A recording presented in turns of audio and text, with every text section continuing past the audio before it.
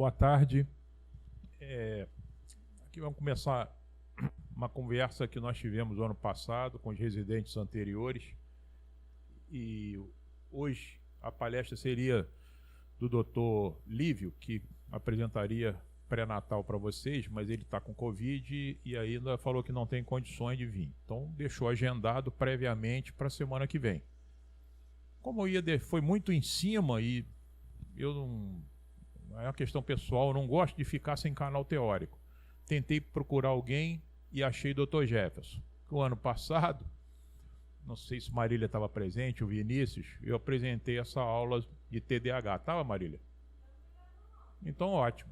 Também não? Então, ótimo. Então, é bom que aí vocês estão novos. Eu acho que é um tema muito gratificante, é um tema que eu gosto particularmente, é uma coisa que eu aprendi há muitos anos atrás, e muito rotineiro na nossa prática, que nada mais é do que hiperatividade, né? Aquela criança levadinha na escola e que não vai bem nos estudos e tal. Então, muita gente tem uma certa dificuldade. Tanto a mãe, como a família, e principalmente os professores e os diretores e a escola. Então, envolve uma gama de pessoas que não estão bem familiarizadas com a patologia e que, na verdade, essas crianças sofrem bullying, sofrem muito por eles terem essa deficiência, nada mais é de uma deficiência neurobiológica. Então eu fiz aqui um resumo do que eu acho as coisas mais importantes para a gente também não ficar aqui o dia inteiro discutindo isso. O que é o TDAH? Na verdade, é o transtorno de atenção com hiperatividade. Antigamente, há muitos anos atrás, ele era um DCM, era um déficit neurológico, né? Uma disfunção médica neurológica e que depois, posteriormente, passou para DDH, desordem de atenção com hiperatividade. E atualmente, a nomenclatura certa e atual chama-se TDAH, que é transtorno de atenção com hiperatividade. Nem todas as crianças têm hiperatividade. Às vezes a criança tem só TDA, ou seja, ele só tem transtorno de atenção. Ele é muito disperso, não consegue realizar atividades habituais, ele não consegue ficar parado, porque ele está escrevendo, olhando para o lado, vendo a mosca passando. Ele é totalmente distraído, mas ele não é levado. Então, se ele não tem hiperatividade, a nomenclatura para ele seria TDA, sem H. O H fica na dependência da hiperatividade. A maioria dessas crianças são levadas, então tem a hiperatividade presente. O distúrbio, certamente, ele é neurobiológico. Às vezes as pessoas pensam que isso é doença psiquiátrica, que isso é da criança, mas não é. É, na verdade, uma imaturidade cerebral e é uma deficiência dos neurotransmissores, tanto da noradrenalina como do receptor adrenérgico. Então, essas crianças têm, na verdade, um déficit de noradrenalina e adrenalina que não se acoplam no receptor localizado no núcleo caudado. Às vezes as pessoas passam por neuroanatomia correndo e não lembram um pouco, mas o núcleo caudado é um núcleo extrapiramidal bem justa ao corno anterior do ventrículo lateral. Então, essas crianças com deficiência de noradrenalina e adrenalina podem fazer essa hiperatividade na infância. Geralmente, todas elas começam na infância, de causa genética. Os pais têm ou tiveram essa patologia e não trataram, porque na nossa época não era comum, né? Até levava a coça, batia, que era levado, e não tinha essa dimensão dessa patologia. Era um pai muito agitado, ou a mãe, e aí, sob o ponto de vista genético, transferiram esse gene para a criança. Principalmente em gêmeos e crianças adotadas. Não sei porquê, mas na verdade é muito encontrado em crianças gemelares e crianças que são adotadas que têm essa patologia. podendo acompanhar por toda a sua vida. Ou melhor, adolescentes ou até adultos jovens têm TDAH. Às vezes tem pessoas com 30 anos, 40 anos, médicos, engenheiros, advogados, que têm dificuldade de ficar atento e são muito dispersivos. Então, essas pessoas tiveram TDAH na infância e não foram tratados. E hoje tem uma dificuldade danada de concentração, dificuldade de assimilar. Muita gente hoje, para fazer concurso público, quer tomar uma Ritalina para ficar mais concentrado e poder estudar com mais facilidade. Tem pessoas que têm, por exemplo, advogado, não consegue fazer um texto porque fica dispersivo e às vezes tem que tomar remédio. Então, isso é chamado de TDAH residual. É aquele paciente que não foi tratado na infância e que na fase adulta tem essa dificuldade e que aí sim ele começa a ser tratado quando ele procura um neurologista esperto ou um neurologista que está atento a essa patologia. Em relação ao tratamento, visa nada mais do que aquilo que eu falei, visa a carência do neurotransmissor adrenérgico como adrenalina e adrenalina. E o tratamento é multidisciplinar, não é um tratamento só do neurologista.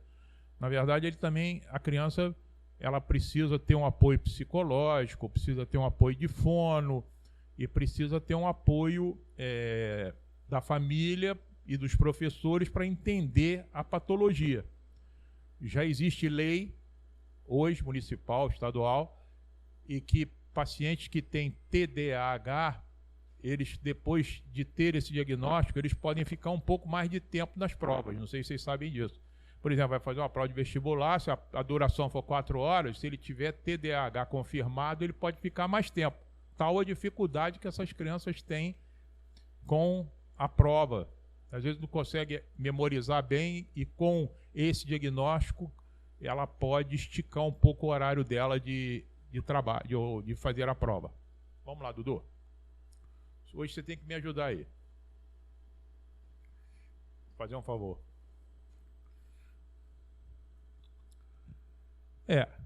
Em relação aos sintomas mais básicos, seriam aquilo que eu falei. Atenção, né? A criança fica no mundo da lua, né? Está aprendendo, está lendo ali, mas ela está olhando lá para cima, pensando em outras coisas, não consegue se concentrar naquilo que ela tem que se concentrar. A inquietude, aquela criança que não para, né? Ela vai no consultório, derruba todas as canetas, todas lá, faz uma bagunça danada e não consegue ficar quieta nem um minuto. Para um minuto, essa criança é muito irritada, muito inquieta e muito hiperativa.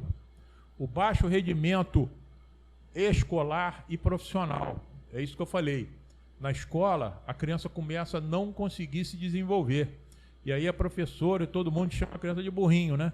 Porque a criança não consegue passar, a criança não consegue estudar, tem dificuldade de aprender, tem dificuldade de assimilar a matéria, e aí essa criança é marginalizada, às vezes começa a repetir o ano, e aí a criança não começa a desenvolver.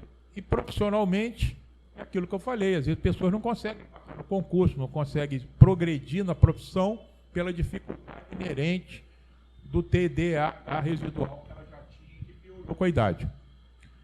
A impulsividade, geralmente essas crianças são impulsivas. São sempre aquelas crianças que vão pular o muro, ninguém pula, mas aquela criança pula.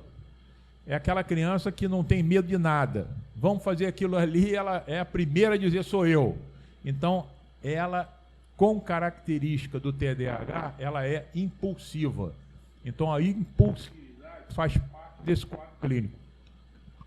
Atitude desafiadora, são crianças que desafiam a todo momento as mães, pais, e são crianças que têm essa atitude de desafiar as pessoas que impedem ela de concretizar as coisas que ela querem. Dudu? Você vê que a proporção é tão grande que são 7% da população mundial. É muita criança. Às vezes as pessoas pensam que é pouca, não tem muita criança assim. Não, tem sim, gente. 7% da população, em média, mundial, tem essa patologia. Os dois mestres, os dois caras que estudam muito isso, no Rio de Janeiro é o Paulo Matos, que é um neuro, aliás, ele é um psiquiatra infantil, e o doutor Luiz Roth, que é meu amigo, eu conheço ele muito lá do Rio Grande do Sul, da PUC, eles acham que a desinformação e a falta de raciocínio científico e a ingenuidade constitui uma mistura perigosa.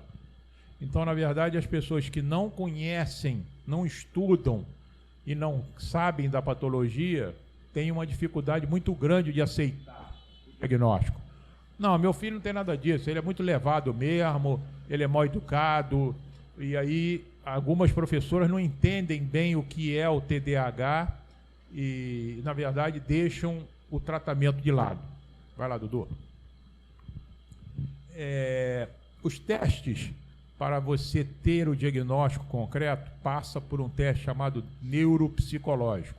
É lógico, uma criança que vai no seu consultório, que derruba tudo lá do teu consultório, faz uma bagunça e você define clinicamente, você às vezes bypassa esse teste. Mas uma criança que é levada e você ficou na dúvida se ele tem ou não TDAH, você pode indicar uma neuropsicóloga. É uma psicóloga que tem mestrado não, mas que tem, na verdade, ciência, ela estudou para isso, se aperfeiçoou para uma especialidade dentro da psicologia, ela faz os testes básicos e consegue te dar o diagnóstico com certeza e te ajuda você a definir se você vai tratar essa criança ou não vai tratar essa criança. Então o teste neuropsicológico, ele é só uma ajuda, mas eu, como neurologista, já vi muita criança derrubar o consultório todo, já derrubar. Criança, tipicamente, eu nem mando para neuropsicólogo, eu já dou remédio e a mãe até já pede para me medicar a criança antes de fazer o teste. Pode passar. Isso aí são comorbidades. Então, crianças que têm o diagnóstico de TDAH ou transtorno de atenção com hiperatividade podem ter comorbidades.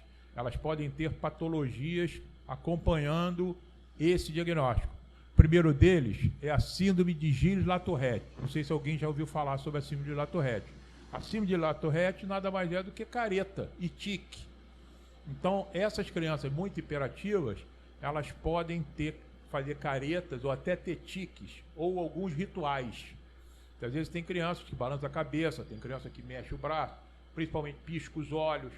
Então, esses tiques, TICS, nada mais é que a síndrome de Gilles-Latourette. São dois franceses que descreveram essa síndrome e que podem estar acompanhando o TDAH. Então, não é incomum crianças hiperativas com tiques.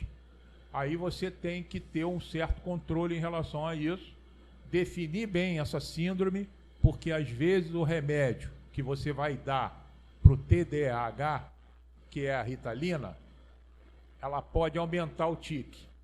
Então você tem que tratar o TDAH e tem que dar um remedinho para o tique, porque senão pode uma coisa piorar a outra. A segunda são tiques complexos e simples. Tem muitas crianças com caretas, com uma opção de manejos que você tem que ficar atento, qualquer tique variado, criança que faz uma opção de careta e que você tem que saber tratar. Epilepsia também é uma causa que não é tão rara, mas não é comum. Em TDAH não tem nada a ver com epilepsia, mas eu botei epilepsia ali, por quê?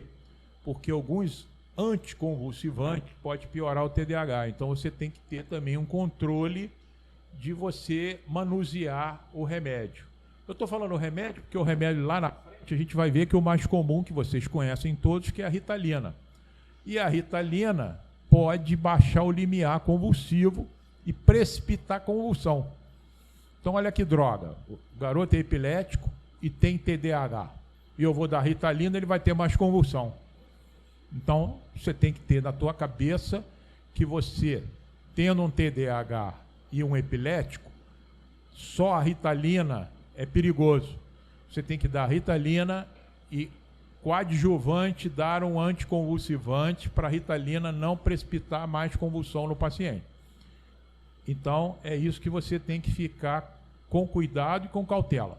Muito bem, você vai perguntar, o epilético então vai morrer com TDAH e não vai poder tratar? Vai poder tratar, desde que você cubra as duas patologias para que não ocorra uma situação pior. É a mesma coisa do tique.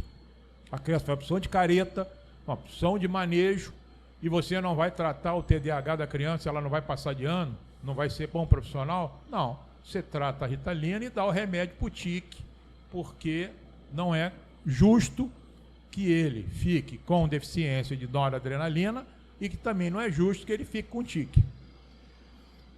PMD, crianças na fase adulta ou na fase adolescente que você não trata adequadamente, podem ter PMD. O que é PMD? Psicose maníaco-depressiva. Então, isso é uma comorbidade de uma criança que tinha TDAH, você não tratou adequadamente e, posteriormente, essa criança pode fazer uma doença afetiva, ou um adulto fazer um PMD decorrente de uma Ritalina que ela não tomou e decorrente de um tratamento que ela não fez. Depressões, PMD é uma flutuação do humor, que vocês sabem, é mania e depressão, e só a depressão, a pessoa fica muito deprimida, também é comum ela ter depressão com 30, 40 anos, numa pessoa que tipicamente tinha TDAH na infância, não tratou e ficou um deprimido crônico lá na frente. Toque, também é comum, crianças ou adultos que tenham transtorno obsessivo compulsivo. Não sei se vocês conhecem alguém que tenha toque. Eu conheço uma opção. São pessoas que têm aquele ritual de ter a canetinha, tá toda naquele lugar, a roupinha tem que estar direitinha no armário.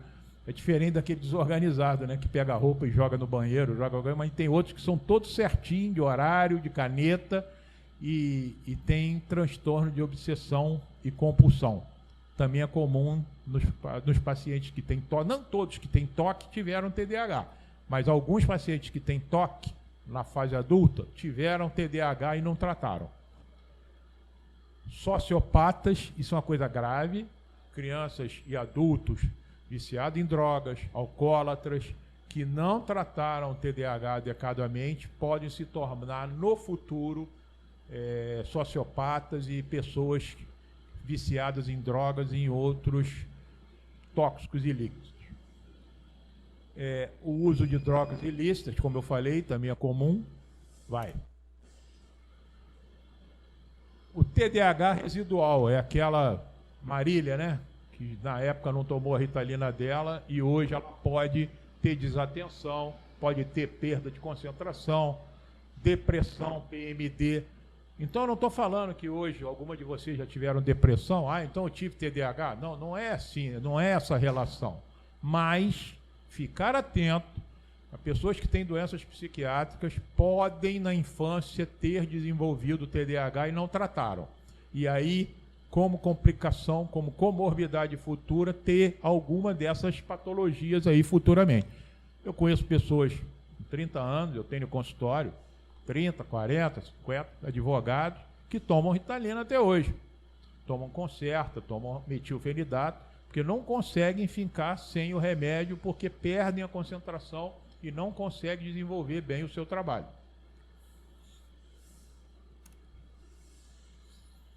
Em relação ao tratamento, é aquilo que eu já falei.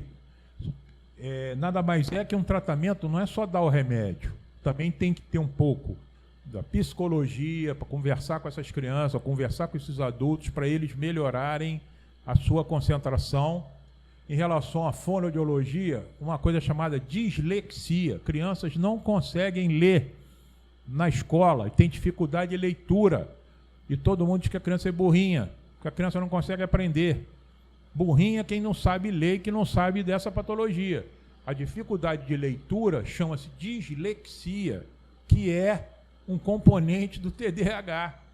A criança tomar o remédio, ela vai ler, ela vai aprender, parece uma pílula mágica, mas na verdade é a deficiência da noradrenalina no receptor. Então, dislexia nada mais é do que a dificuldade de leitura, mas não é dificuldade por burrice. Não é. A dificuldade não é burrice, a dificuldade é dificuldade neuroquímica, em que você vai oferecer a essa criança a vontade dela ler, dela poder aprender. Às vezes a criança é voluntariosa, a criança que estuda, mas tem dificuldade, ela tem essa dificuldade, reclama para a professora, reclama para a mãe, mas ninguém entende isso não entende medicamente, e tem outros que é pior, não acreditam em remédio e não querem dar remédio para a criança.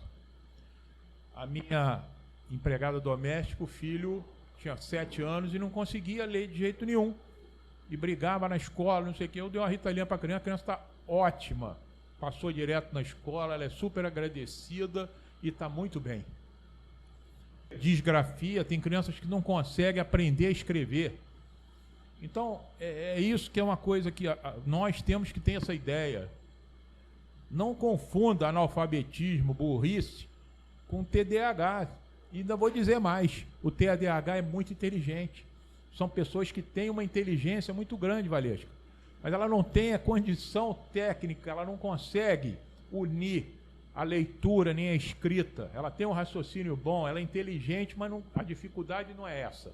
E eles não entendem isso. Então, a terapia ocupacional também ajuda na disgrafia, além do remédio. Neurologia para dar o remédio e psiquiatria se existir uma comorbidade. Se a criança tem 8 anos, além disso, já começa um toque. Às vezes tem crianças com 8 anos com toque, já com transtorno obsessivo. O neurologista pode tratar? Pode, mas é uma doença da linhagem psiquiátrica. Então, o psiquiatra também pode auxiliar no momento que você precisar dele. Ao tratamento medicamentoso, nada mais é. A gente mundialmente caracterizou que a gente só deve usar o remédio após os 5 anos. Mas hoje na literatura já te dá uma inclinação numa criança muito hiperativa, a mãe jurando pelo amor de Deus que precisa dar um remédio para aquela criança, você já está autorizado a partir dos 4 anos começar o metilfenidato. Antes disso, não adianta, uma criança com 2 anos, com 3 anos, 1 ano que não dorme, você não vai querer dar metilfenidato, porque não pode. Então, calma, você dá uma gotinha de neulepitil infantil de noite, 2 a 3 gotinhas, a criança fica mais quietinha, e vai segurando aquela criança até os 4 anos. Chega nos 4 anos, aquela hiperatividade não melhora nada com neulepitil, aí você está autorizado a iniciar o metilfenidato. A Ritalina, que é o metilfenidato, ela tem uma ação dependendo do remédio que você vai passar. Tem a Ritalina de 10 miligramas, em que tem uma duração curta. 10 miligramas tem uma duração curta de 4 horas. Então, se você vai passar uma Ritalina de 10 e vai tomar uma no café da manhã, 7 horas da manhã, ela tem uma ação até 11 horas, meio-dia. Se você quer que essa criança estude à tarde, você pode dar uma de manhã no café e dar uma no almoço, em que essa criança vai ficar sob a ação da Ritalina durante 8 horas. Quando chega às 4 horas, 5 horas, acabou o encanto, é igual Cinderela. Acabou o encanto da Ritalina, aquela criança vira um capeta. Então, você não quer que ela vire um capeta, você pode usar a Ritalina de liberação lenta, que é a LA. É mais cara, mas você pode usar a simples, que é mais barata, 2 por dia. E a LA você pode dar de manhã, que tem uma ação mais longa, que demora até 6 horas da tarde, mais ou menos. Alguns que não querem ver aquela criança agitada a hora nenhuma, dá a Ritalina LA às 7, quando vai chegando às 4 horas, que ela já está começando a pipocar, você aí dá uma simples, de 10. Que aí ela tomou LA até 4 horas da tarde, agiu, quando você deu a de 10, ela ficou até 8 horas da noite tranquilinha.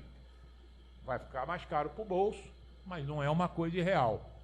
Você vai aumentando as doses, tendo a sua necessidade. Não pode ultrapassar 40 miligramas. Pode tomar 2 no café, 2 no almoço, dá de 10.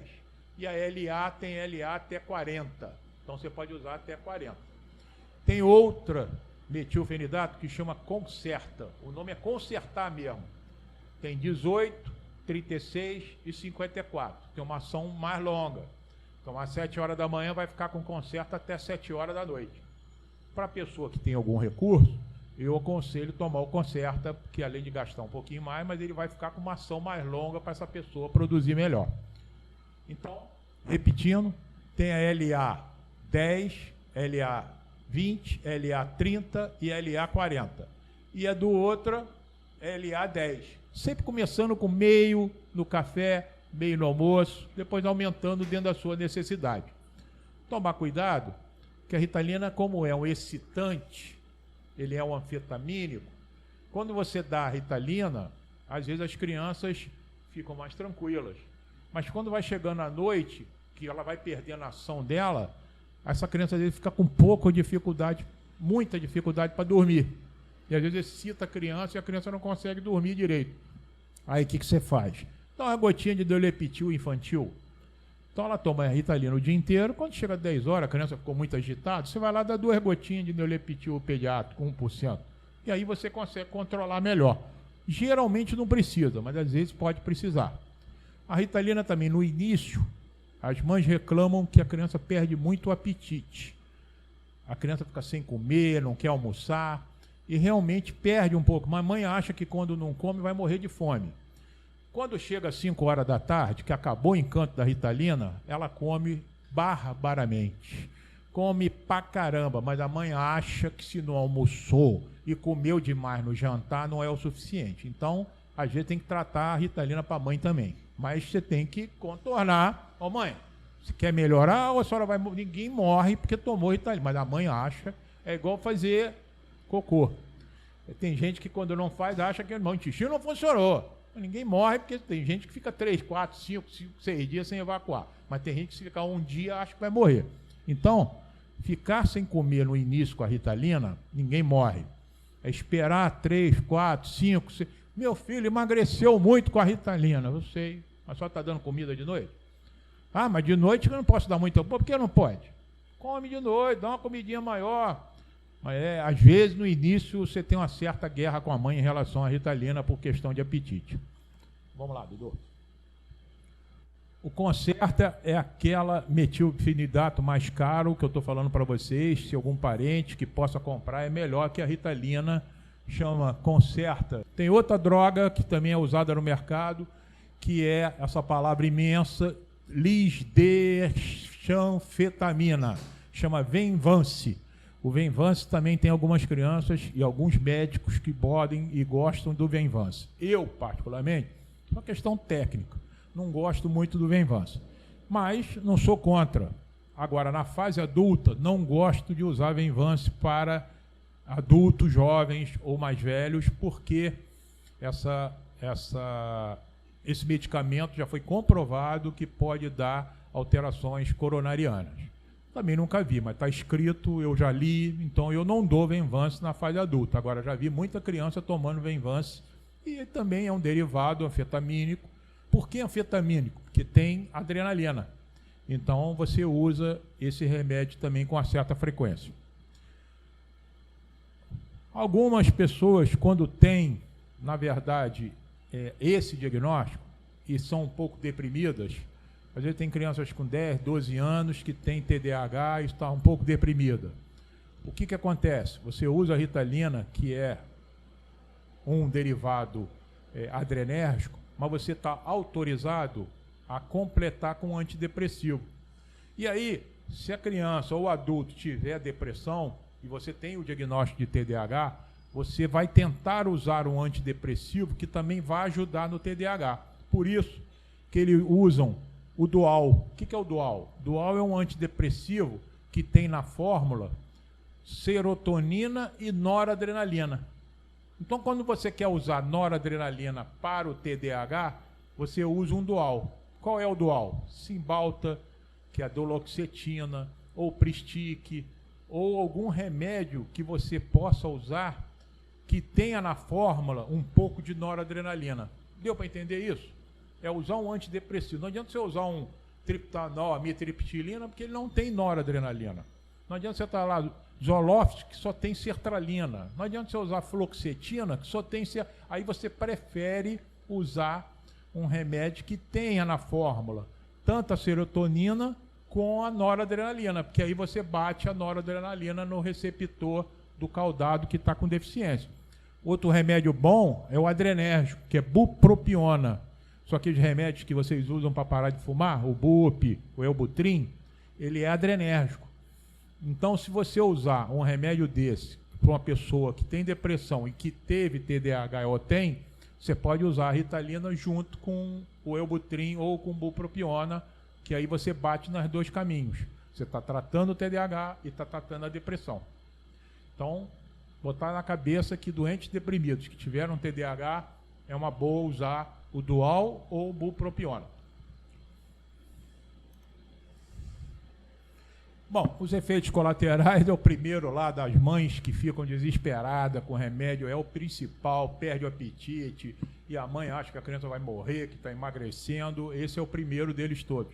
Torna a dizer que ninguém, graças a Deus comigo, morreu de fome por causa de Ritalina, mas tem crianças que emagreceram. Então, tem que dar um jeito de você contrabalançar e fazer uma dieta aí para a criança comer alguma coisa. Uma cefaleia no início também é comum. Às vezes tem crianças que têm muita dor de cabeça, aí fica te telefonando, doutor, Ritalina está dando dor de cabeça. Dá uma gotinha de Novalgina, minha senhora, dá um Tilenol, nada que essa criança... até no início de 7 dias, 10 dias, vai parar a dor de cabeça. Aguenta um pouquinho, não é uma dor de cabeça para a vida toda. Mas mãe não quer um dia, né? Você deu um remédio, deu dor de cabeça, doutor, está com dor de cabeça. Mas, senhora, começou ontem, espera um pouquinho, dá uma Novalgina. Pacientes epiléticos, é aquilo que eu falei, tomar cuidado, porque você está dando um estimulante cerebral, que é um derivado anfetamínico. Numa pessoa que já é epilético, você dá um estímulo, ele pode ter convulsão. Então você, por favor, se ele tiver história de epilepsia, cuidado em você dar a Ritalina para aquele doente. Está contraindicado? Não. Mas veja se o doente está tomando anticonvulsivante, se o doente está bem controlado das crises. Você está tendo muita... doutor, tem 3 crises por dia. Pô, você fica meio balançado de dar uma Ritalina para esse doente. Agora a criança teve uma crise, está tomando Gardenal há 3 anos, nunca mais teve crise, não tem por que você não usar a Ritalina. Então depende do que você vai usar. Não é uma contraindicação absoluta, é uma contraindicação relativa, mas com cuidado. Aumento dos movimentos involuntários. Aquelas crianças com caretas, com tique, já falei, a Ritalina aumenta os tiques das crianças. Então a criança que já tinha careta, dobrou a careta. Não vou dar Ritalina? Não. Dê a Ritalina, mas dê remédio para as caretas. Remédio para careta tem opção. É outra aula que a gente pode, depois, se vocês quiserem, a gente conversar, senão vai se estender demais. Insônia, já falei, a Ritalina é um derivado anfetamínico, vocês sabiam e sabem que motorista de caminhão usava anfetamina para ficar dirigindo de noite. Então, se a criança está tomando de manhã, ela está acesa, mas não está hiperativa, porque às vezes isso dá um pouco de confusão. Como é que eu vou dar uma criança anfetamina para uma criança que já está hiperativa? Não é esse mecanismo. O mecanismo que você está usando é de uma falta de um neurotransmissor. É diferente de você estar pensando que você vai botar a criança muito agitada. Perigo de dependência deve ser avaliado pelo profissional. Lógico, você não vai deixar um doente tomando Ritalina a vida toda, nem também, porque a Ritalina fez bem, tomar 4, 5 comprimidos por dia. Eu já atendi doente dependente de Ritalina.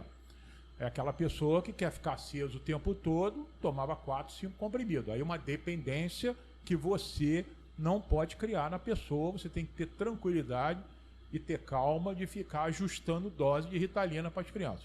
E para os adultos principalmente. Não deve ser usado sem autorização médica e inadvertidamente.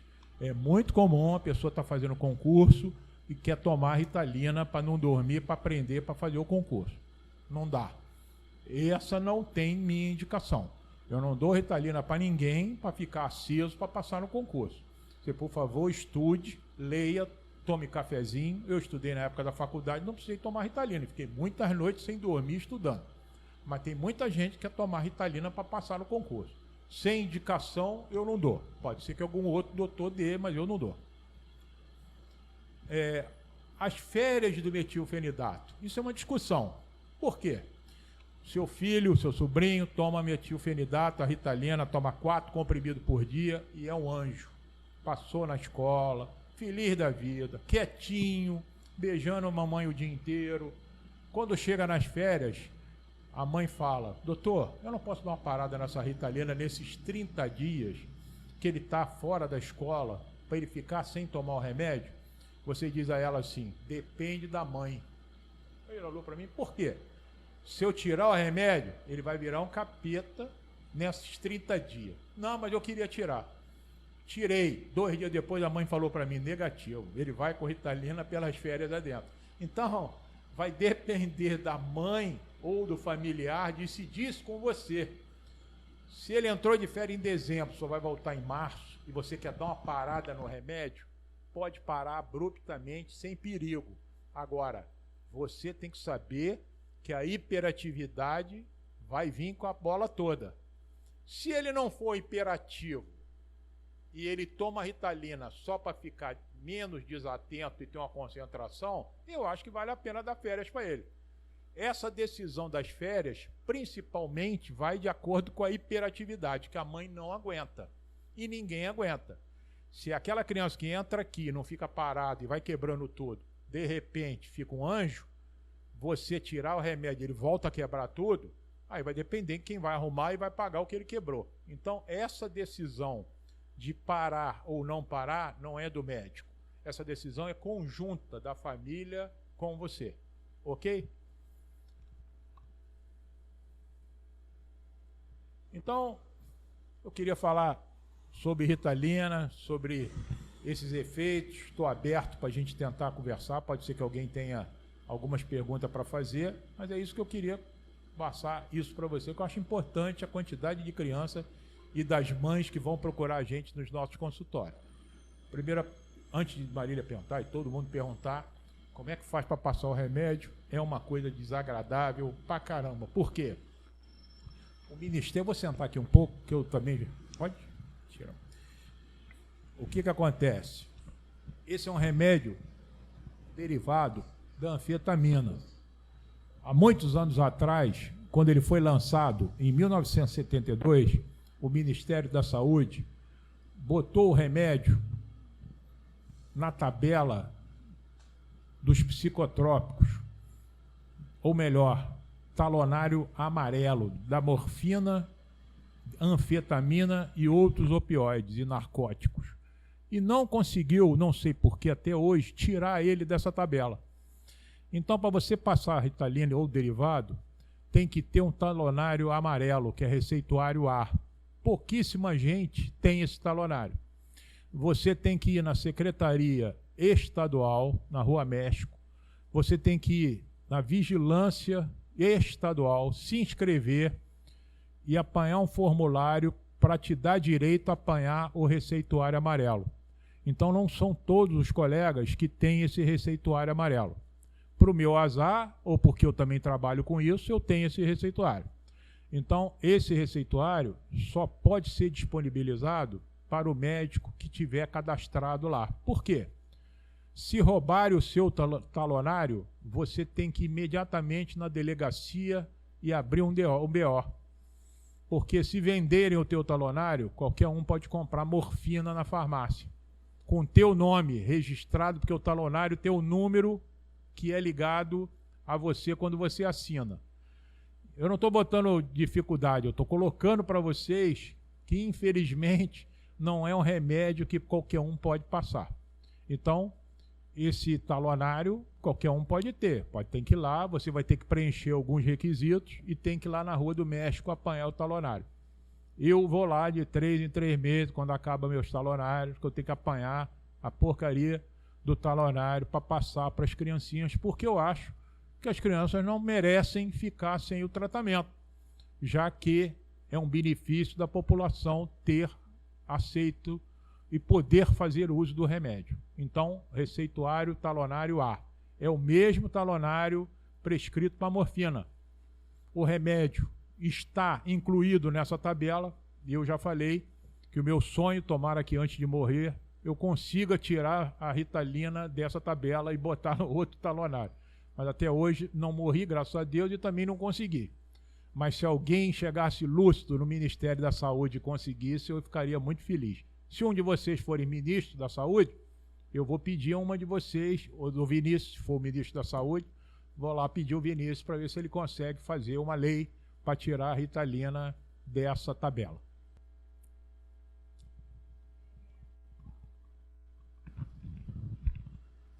Quando que você tenta tirar a medicação? Só depois que termina a escola ou dá para tentar antes?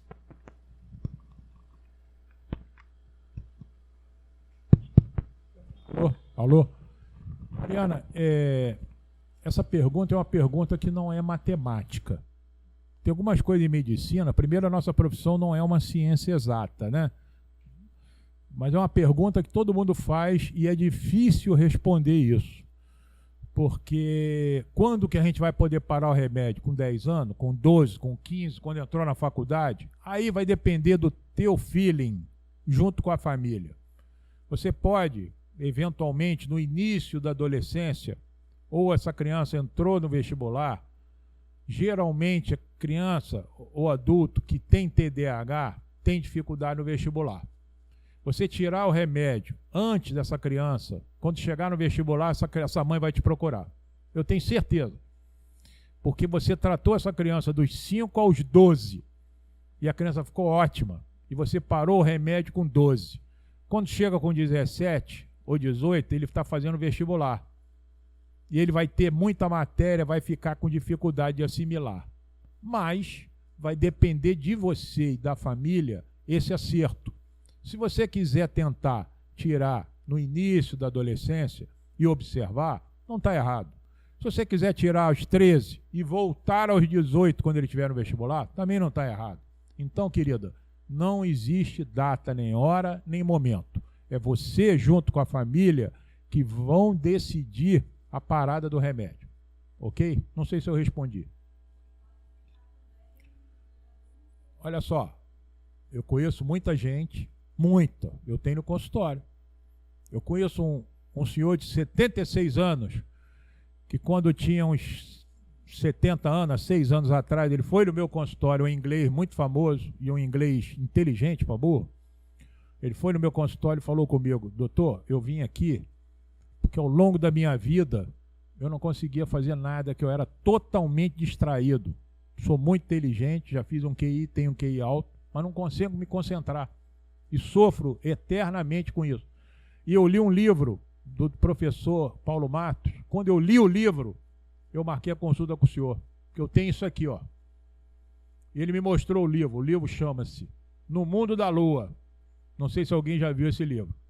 Esse livro foi escrito pelo Paulo Matos, e que ele, quando leu o livro, ele se encaixou totalmente nesse diagnóstico. E ele falou: marquei com o senhor para começar a tomar Ritalina. Ele tem 6 anos, está com 76 anos, toma Ritalina. Ele falou que a vida dele, nesses 6 anos, foram muito melhores do que antes de 70, onde ele não tinha conhecimento dessa patologia. Então, você pode usar o remédio com tranquilidade até a vida que você quiser. Eu tenho uma filha, graças a Deus, e tenho um filho. A minha filha usou Ritalina na infância, que ela era muito desatenta, não tinha hiperatividade, mas era de uma desatenção total. Estava estudando, tocava o telefone, ela parava para atender o telefone. Falei: ô, você não está estudando? Por que é você que tem que atender o telefone? Ela não parava. Se tivesse uma mosca, não sei para onde, ela parava e ficava olhando a mosca passando. Então, eu comecei a dar Ritalina para ela. Ela parou, fez vestibular, se formou em Direito. Quando ela estava no escritório lá, vendo os processos, ela falou: papai, eu não consigo desenvolver aquilo. Me dá uma falta de concentração. Eu dei um concerto a ela. Ela tem 31 anos. Tem 6 anos que ela toma concerto. Quando ela fica sem tomar o concerto uma semana, ela fala: papai, me dá a receita do concerto, porque eu não produzi nada essa semana. Então, ela toma concerto até hoje. Frescura dela? Não. Ela se sente bem tomando o remédio. O remédio não tem efeito colateral. O remédio não dá dependência. O remédio é para te botar concentrado e você ter um desenvolvimento profissional adequado. Se você tem o diagnóstico e se você se sente bem com o remédio, não faz bem a vez para o bolso, que ele não é barato. Mas não tem idade, Mariana. Eu te dei o exemplo dela com 30, te dei o exemplo do outro com 70. Então vai depender do que você vai diagnosticar. É tomar cuidado, porque muita gente, é o que te falei, tomar o concentrado, eu quero tomar uma Ritalina. Não, não é assim. É você ter o álibi, ou se você ficou na dúvida, pede uma avaliação neuropsicológica. Então, já você conhece algum? Conheço, te dou o telefone, a pessoa vai lá, marca. Quando a pessoa manda o teste para você, você se sente mais confortável de usar a medicação. Então, a dúvida tua é, será que eu estou tratando uma doença de base ou estou tratando um TDAH residual? É aquele que nunca fez nada, passou a infância levando coça, reprovado, apanhando, e lá na frente ficou um ótimo advogado, é um ótimo médico, mas é um distraído. Será que vocês aqui, eu falando sobre isso, não vem na cabeça de vocês muitos adultos que têm essa característica? Eu conheço. Acho que algum de vocês aqui devem conhecer algum distraído, algum atabalhoado. E que é um bom profissional. Mas é até médico. Eu conheço, eu olho lá no hospital, vejo lá, porra, essa aí tem uma pinta de ter sido uma TDAH residual, é aquela pessoa agitada, vai a cacete, mas é inteligente.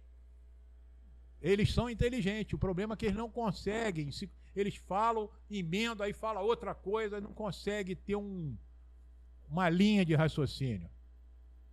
E aí não tratou, ficou com aquela sequelinha. Também você não vai chamar a pessoa e falar assim, ó, toma uma Ritalinazinha e tal. Mas tem muita gente que eu brinco e falo assim, você merecia uma Ritalina, hein? Então, muita gente que a gente conhece, você tem certeza que merecia uma Ritalina. Ou não? Não é? Quando você começa a pensar bem assim, caramba, meu irmão, minha tia, porra, meu primo, você vai vendo que tem pessoas da tua família ou do teu convívio que eram, eu tenho certeza que era TDAH residual. Obrigado. Queria conversar com vocês sobre isso, que eu acho uma coisa boa, legal. Semana que vem vamos torcer para o doutor Lívio melhorar da Covid dele e vocês já conversarem com ele sobre pré-natal. Um abração para vocês.